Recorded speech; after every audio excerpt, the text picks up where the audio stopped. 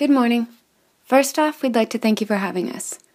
As service design consultants, our goal today is to show you how incorporating service design into your offerings could tremendously benefit your firm. Let's start off by going over your current offerings.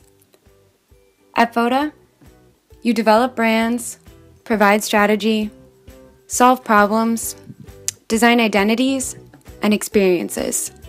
The experience is a crucial component of every service offering. So we want you to ask yourselves, are you truly designing for the end experience?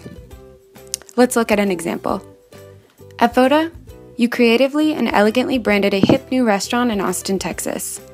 Your team designed for everything from the logo to the bathroom wallpaper, creating a visually and experientially engaging environment. So what could be missing? Service design. What is service design? The Service Design Network describes it as the activity of planning and organizing people, infrastructure, communication, and material components of a service in order to improve its quality and the interaction between the provider and the customers. Let's now look at the space you designed from a deeper perspective. You made the front end of the experience look beautiful. But what about how they function and interact with the user and the back end of the service? Designing the physical evidences as you have been is only one part of the service experience.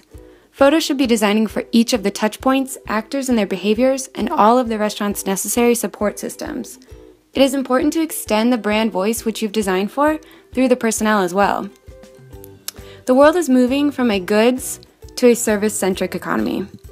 As designers, we need to be prepared to design with a more holistic view of the customer experience in mind.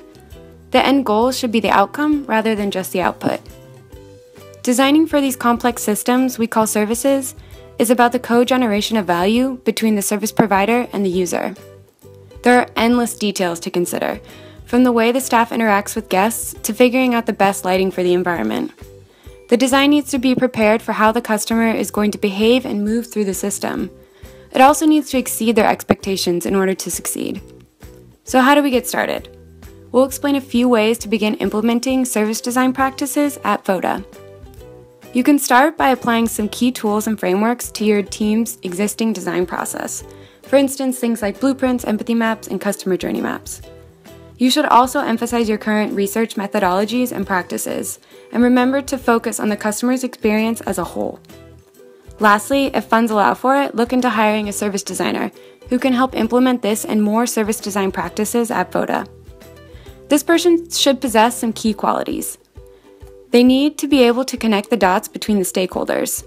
They also need to thoroughly understand the bigger picture and remember to always go back to it. Lastly, they should be able to adapt well to different environments and really enjoy problem solving. Service designers want to make things better on a higher level. They want to design better businesses and help organizations work well. All of this involves creating smooth, seamless service experiences for customers. So how will all of this benefit Foda? Service design will give a new perspective to your work culture and bring together various processes in improving the interaction between stakeholders in the firm. It will fill the existing gap between design and implementation.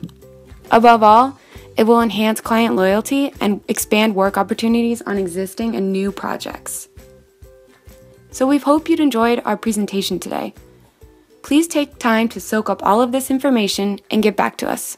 Will be available for hire in 2017. Thank you.